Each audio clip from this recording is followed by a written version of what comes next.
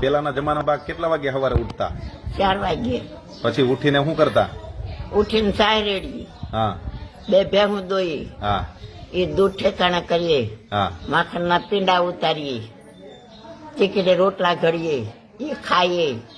પછી સીમમાં જઈએ, સીમમાં જઈને નીંદવા ખોદવાનું કામ હોય એ કરીએ. વળી બપોરે ઘેરે આવીએ 11 વાગે, વળી શાક બનાવીએ, રોટલા કરીએ, ખાઈએ. વળી હંજેરા પાણી કરીને વળી સીમમાં પૂજીએ. વળી સાંજે 5 વાગે ઘેરે આવીએ. વળી આવીને બોઘરા ઉપાડીએ, એ 2 ભેહું દોઈએ, એ રોટલા ઘડીએ ને ખાઈએ ને બધું એવું. પછી નિરાંતે હોઈએ. હા.